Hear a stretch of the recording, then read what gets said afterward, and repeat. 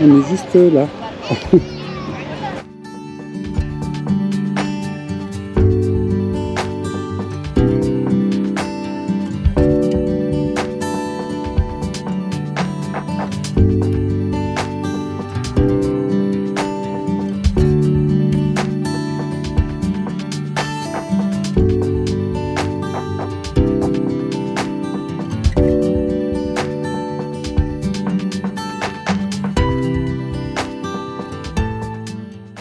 C'est le club des marines. En tout cas, il y a du monde. Hein.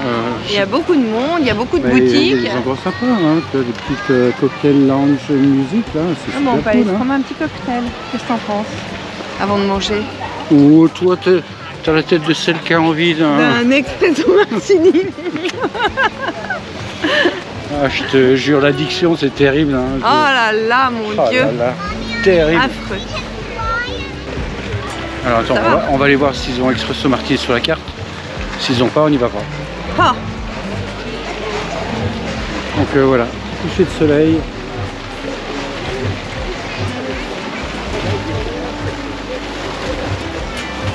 Ouh là, ce que je vais aller. Kuala Lumpur You Beach Store. Ça me parle ça.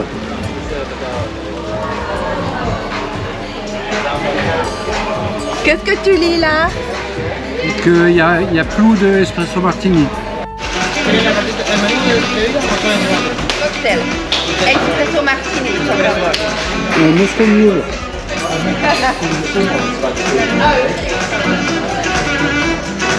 Ça ne pas une équipe qui gagne. Hein. Ça va être la fête ce soir.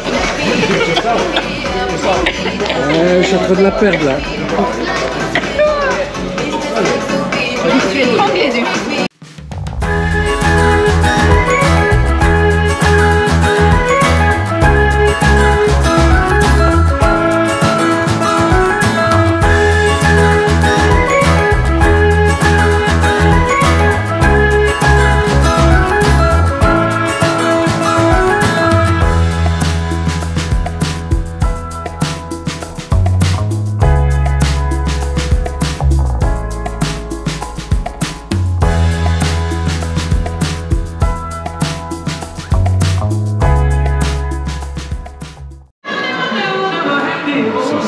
Pas mal du tout. En tout cas, c'est beau, hein. J'ai un petit bonbon. Oui, ça c'est du bonbon. Marshmallow.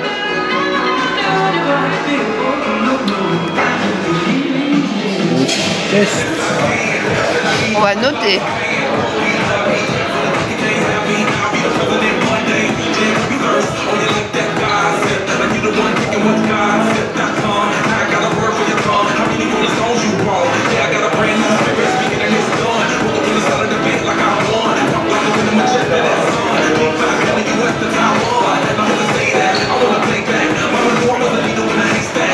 C'est demi, 7 max. Ok. On va tester le Moscow Mule. Cheers. Santé chérie.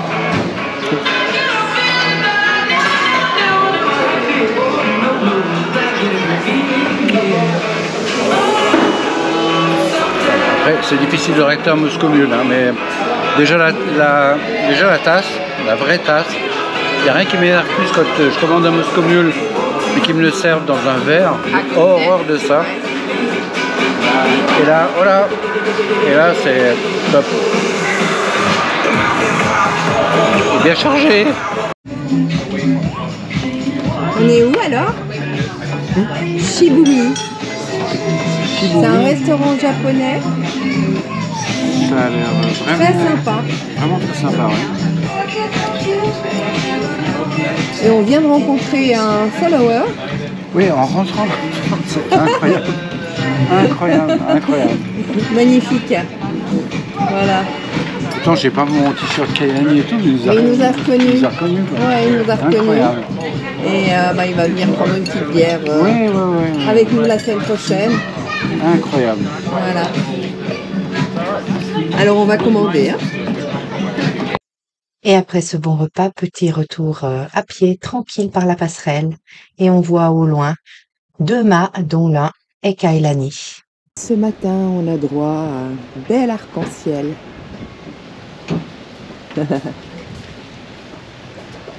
Dans le port. Magnifique. Un bel arc. Il y a du vent. Il prévoit quand même un temps plutôt couvert, comme on le voit ici. Même si de ce côté-là, on a encore le soleil. C'est en train de se couvrir. Mais on est très très protégé. Vraiment, il n'y a pas une ride sur l'eau, enfin très peu. On est vraiment très bien protégé ici. Il est magnifique. Je voulais juste vous présenter Céline et son mari, Olivier, qui sont venus faire un petit podcast sur notre aventure. Exact. Bah oui, parce que c'est passionnant, c'est inspirant et c'est super beau de voir les gens réaliser leurs rêves. Et leur rendre visite surtout, parce que c'est vrai qu'on voit Valérie et Patrick sur leur chaîne YouTube, et là on rentre dans la télévision. Et moi aussi je te suis sur la vie bohème. On mettra un petit peu tous les liens dans la vidéo, parce que vous avez aussi un projet qui est fabuleux. C'est ça qui est marrant, c'est qu'on réalise notre rêve en même temps finalement, vous et nous. Nous effectivement, pourquoi on se retrouve ici à Lanzarote? Parce qu'on vient d'acheter une propriété. Magnifique. Ça fait 10 ans qu'on en rêvait, on a cherché dans le monde entier, dans plein d'endroits du monde, vraiment jusqu'aux États-Unis. Et puis finalement, on est tombé amoureux des Canaries, de Lanza, qui est une terre absolument extraordinaire, hors du commun. Et on a trouvé ici la propriété qui va pouvoir accueillir notre projet, à savoir un domaine bohème avec plusieurs appartements, plusieurs Airbnb et des retraites, des événements qui vont se créer aussi ici. Donc là, on a du pain sur la planche. Il y a plein de travaux qui nous attendent. Alors, je peux vous dire, c'est quelque chose. Donc, vous allez au bout de vos rêves. Et, moi, j'ai un mot qui, tous les matins, je le répète même, je crois, plusieurs fois par jour, c'est incroyable. C'est le incroyable. Incroyable. C'est incroyable. On se réveille, c'est incroyable. On regarde, c'est incroyable. Et finalement, c'est incroyable tout. Pour vous aussi, tout s'est mis en place de manière fluide. Tout s'est aligné. Voilà. Et d'une facilité dingue. Et depuis qu'on est ici, on le sent, on le remarque. On se fait vraiment la remarque souvent. Tout est finalement, simple. Alors tout est simple, c'est pas vrai, on va pas non plus, mais toutes les choses essentielles sont simples. Après, c'est des petits challenges. Il faut quand même être à l'écoute, bien sûr, et il y a les phases de recherche, bien sûr, comme tout le monde, mais en fait, il faut surtout rester ouvert. Ouais. Et le fait de rester ouvert nous amène ou nous fait rencontrer la bonne personne au bon moment. Et c'est ça qui est incroyable. C'est ça qui est simple. Et on a vraiment cette sensation-là, c'est que les étoiles s'alignent. Notre projet prend forme comme si c'était normal, comme si c'était destiné en fait. Et il n'y a pas de grosses embûches. Et quand je parle des petits challenges du quotidien, c'est oh mon Dieu, on ne trouve pas tel matériau. Bon, va falloir chercher ailleurs. C'est rien. L'essentiel, il est là et il se met en place avec fluidité. Oui, parce que vous avez nourri votre rêve au niveau du cœur. Du cœur, exactement. Et à un moment donné, ça prend forme. Et c'est à partir du moment où on se sent vraiment à la bonne place, au bon endroit. À partir de ce moment-là, en fait, et ce que moi je ressens, parce que le rêve, c'est quand même Céline qui l'avait depuis longtemps, et je te rejoins un petit peu Valérie, dans le sens que qu'est-ce que ça t'apporte vraiment à toi-même. Parce que tu pourrais simplement te dire, et même aux yeux des gens, que je suis un peu le suiveur finalement, est-ce que c'était vraiment aussi à ça que j'étais destiné? Et c'est là où tu te dis, en fait, tous les matins, tu as une sorte de force décuplée, en fait. Tu te dis, mais si je l'avais pas écouté, cette petite voix derrière qui est sur un côté de mon épaule et qui l'autre me dit mais non mais vas-y surtout pas, tu vas perdre ton confort, tu vas perdre éventuellement ta famille, des amis, tu vas partir dans l'inconnu. Et si j'avais pas écouté de l'autre petite voix qui me dit non mais vas-y parce que c'est peut-être là où tu devrais être là aujourd'hui, mais tous les matins quand je me lève, c'est clair que il y a cette force maintenant du c'est possible, on peut y arriver. Et à partir de là, ça ouvre tellement de portes. Tellement de portes. Je suis tout à fait d'accord avec vous deux. Ah, voilà. Bonjour à tous, bienvenue dans ce nouvel épisode de La Vie Bohème, le podcast. Aujourd'hui, pour enregistrer, je me trouve sur un catamaran amarré dans la marina de Playa Blanca à Lanzarote, dans les îles Canaries. Et pour toutes les personnes qui seraient intéressées de passer un magnifique séjour à Lanzarote, dans un pur style bohème, ou qui seraient intéressées par le podcast de cette émission, vous trouverez tous les liens de Céline La Vie Bohème à la fin de cette vidéo.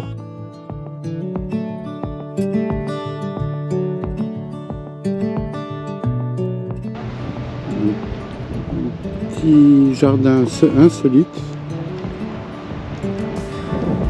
Je ne sais pas ce que c'est.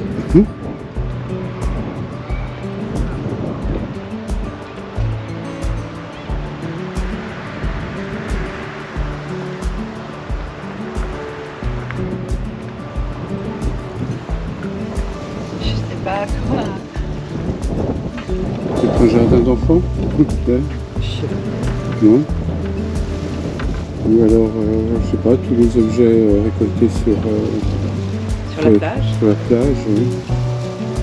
On fait des décorations, je sais pas, des arbitres.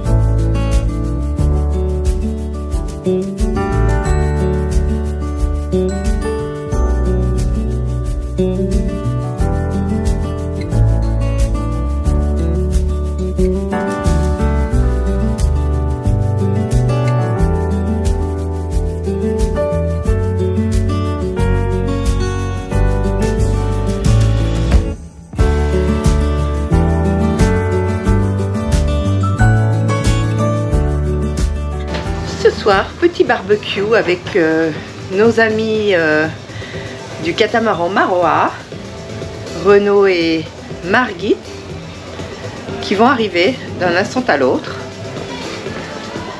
Voilà, tout est prêt pour les accueillir. Le capitaine au barbecue. Ça va d'être ma place.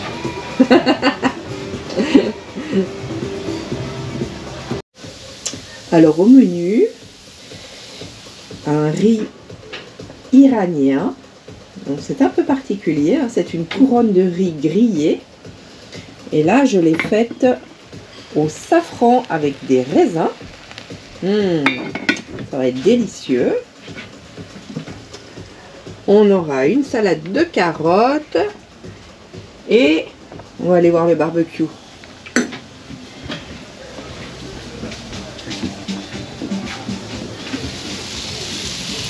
Poulet tandoori.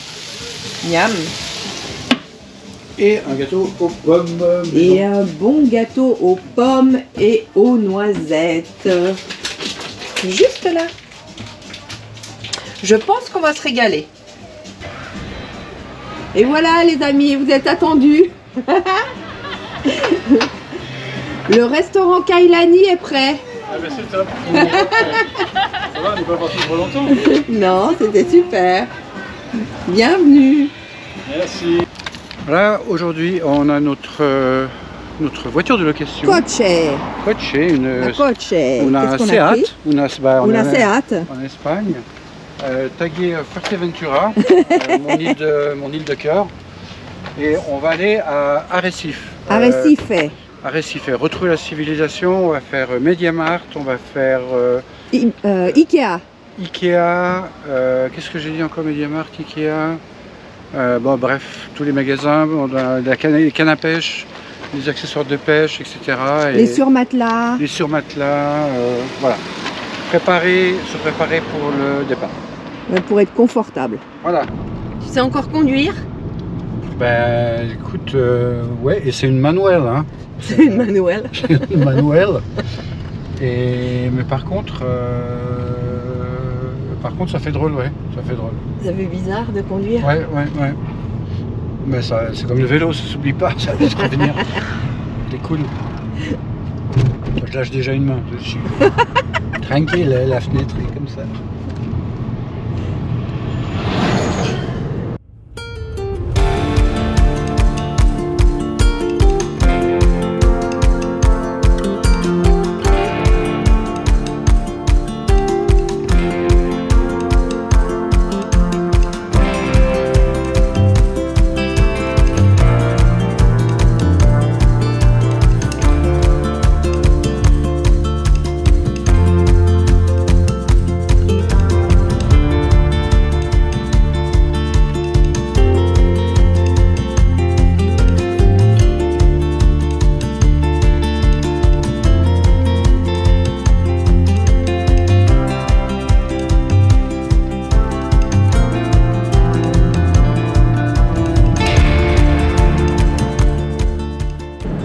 tout drôle hein, parce qu'on était ici il y a 3 ans à peine. Ouais, il y a 3 ans. Donc c'est un petit peu très connu pour nous. En fait, on se sent plus dans notre élément là en voiture sur l'île de Lanzarote que à la marina avec le bateau. Ça fait tout drôle.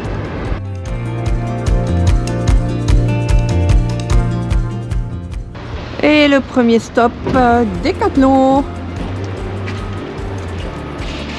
Qu'est-ce qu'on va chercher, chérie? Je vais voir pour le matériel de pêche. Apparemment, j'ai fait article de pêche, il me donnait Décathlon. Matériel de pêche. Ouais. Oh, on va pêcher du thon. Bon, ben on n'a rien trouvé chez Décathlon. On va aller dans un magasin de pêche. La suite de cette grande tournée de courses se passe au MediaMarkt. On va essayer de trouver une DJI. Une nouvelle caméra DJI. Et un boîtier micro pour la deuxième GoPro qu'on a. Une montre. Une montre connectée pour moi. Ouais. Voilà. Eh ben c'est raté, hein. Pas de caméra DJI et pas de montre connectée. Bon, prochaine étape. Ikea. Oui, mais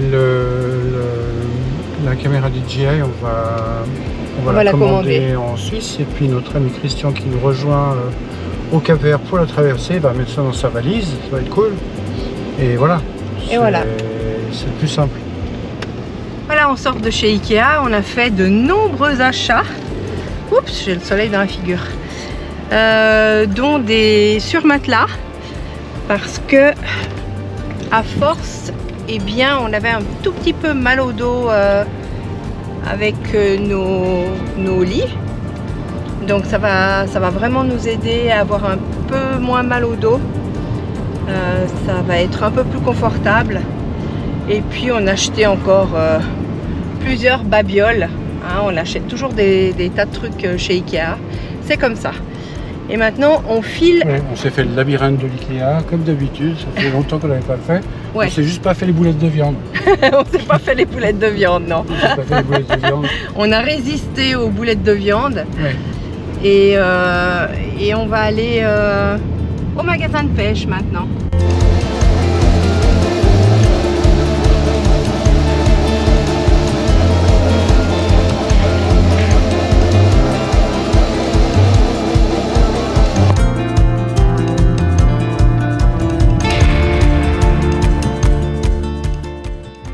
Et nous avons été extrêmement bien conseillés dans ce magasin. Nous vous montrerons tout ce que nous avons acheté pour pouvoir pêcher tranquillement lors de notre prochaine traversée, dès que nous serons retournés sur le bateau. Donc voilà un petit peu ce qu'on a trouvé au magasin de pêche. Quelqu'un qui était vraiment très professionnel, qui nous a hyper bien conseillé. Donc voilà, je vous montre un peu les cannes à pêche.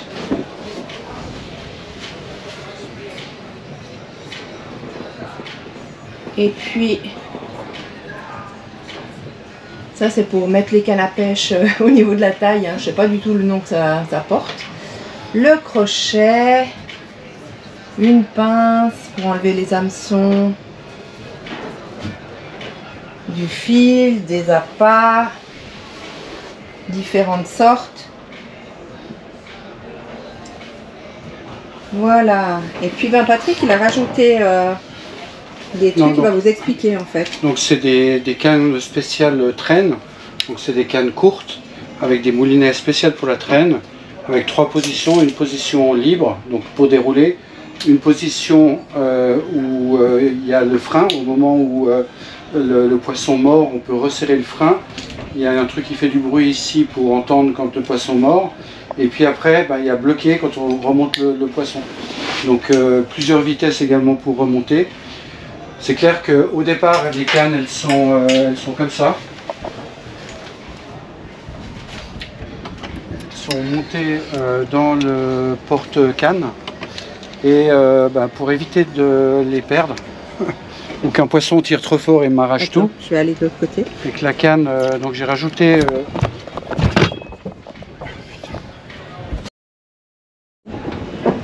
Ok, Ok, donc pour sécuriser la canne dans le porte-canne au cas où il y aurait une grosse prise et que ça sorte en fait du porte-canne, je vais rajouter un petit bout de dilemma avec un mousqueton qui me permet de la sécuriser comme ça. Voilà. Et une fois que ça mord, alors on prend la canne, on la fixe ici et on tire. Donc ce coup-là, les poissons, ils ont qu'à bien se tenir parce qu'on est équipé et on va tester ça directement là en partant des Canaries, direction le Cap-Vert, et on va voir ce qu'on attrape. On a tout cette fois. Et la canne, elle peut tenir jusqu'à 100 kg, il nous a dit. Ouais. C'est ce qu'il nous a dit. Ouais, la canne et le fil, ouais. On a prévu large, hein. On verra. Est-ce qu'on saura remonter un poisson de 100 kg? Ça m'étonnerait, hein. Non, après, il faut le manger, quoi. La semaine prochaine, on fera la connaissance de Christophe qui navigue sur un Elba. On se prépare à la traversée en faisant de la cuisine et de la couture et on traversera le joli parc de Timanfaya. Alors, n'oubliez pas de vous abonner et à la semaine prochaine.